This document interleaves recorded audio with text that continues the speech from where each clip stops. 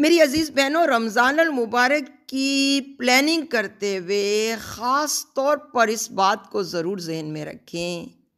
کہ عام حالات میں تو اصول یہی ہے کہ حقوق اللہ کی بات ہو یا حقوق العباد کی، یعنی اذکار و عبادات ہوں یا دوسروں کے ساتھ معاملات، حصول علم کی کوشش ہو یا دعوت دین کا کام، اسی طرح گھریلو کام کاج ہوں یا بیرونی ذمہ داریوں کی ادائیگی،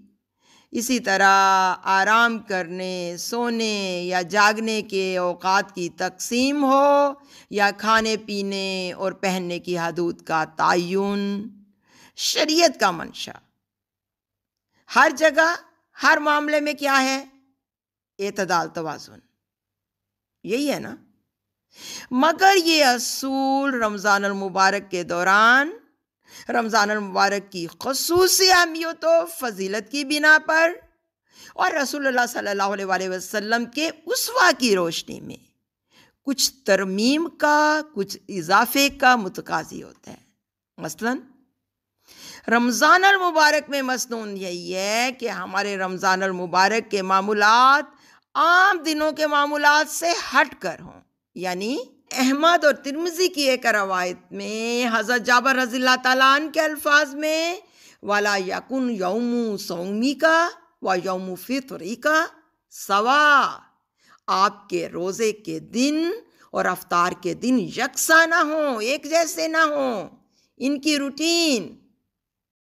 مطلب یہ کہ رمضان المبارک میں دنیاوی مصروفیات کی طرف، دنیاوی مشاغل کی طرف کم از کم توجہ دی جائے،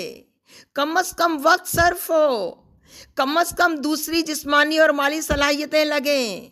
اور زیادہ وقت، زیادہ مال، زیادہ صلاحیتیں کہاں کھپیں، کہاں صرف ہوں؟ تزکیہ نفس کے لیے، عبادات کے لیے، دوسرے خدمت خلق اور نیکی کے کاموں کی نظر ہوں۔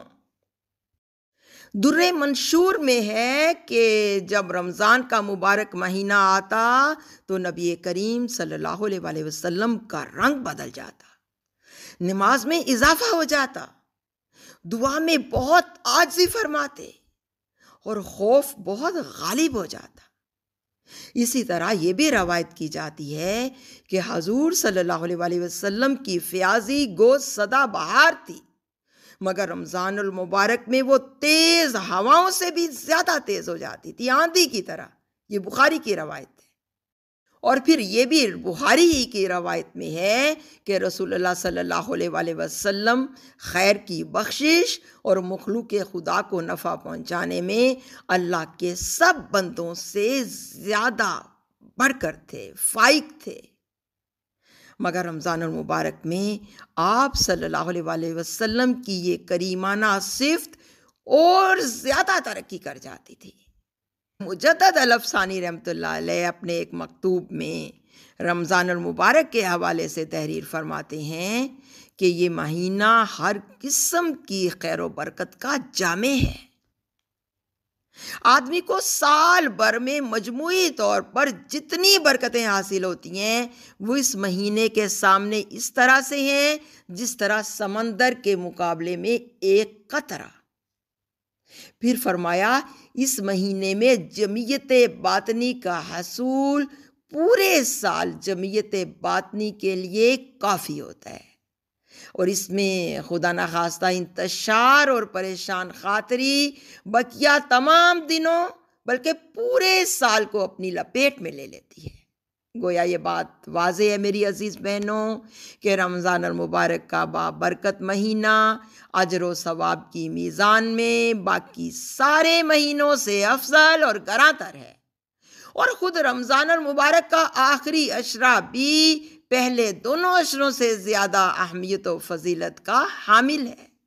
جیسا کہ حضرت عائشہ سے مروی ہے مسلم کی روایت میں کہ رسول اللہ صلی اللہ علیہ وسلم رمضان المبارک کے آخری عشرہ میں عبادت وغیرہ میں وہ مشقت اور مجاہدہ کرتے تھے جو دوسرے دنوں میں نہیں کرتے تھے۔ لہٰذا میری عزیز بہنوں، رمضان المبارک اور اس کے تینوں عشروں کی درجہ بدرجہ اہمیت و فضیلت کے پیش نظر پیش بندی کے طور پر پہلے ہی سے اپنے وقت اور کام کی پلاننگ کی جائے اور اس ماہ مبارک کے وہ سارے دنیاوی کام وہ بھی اس کی آمد سے پہلے نمٹا لیے جائیں جو پہلے نمٹائے جا سکتے ہیں، تاکہ رمضان المبارک کا زیادہ سے زیادہ وقت عبادت و ریاضت اور نیکی و بلائی کے کاموں کے لیے وقف ہو سکے۔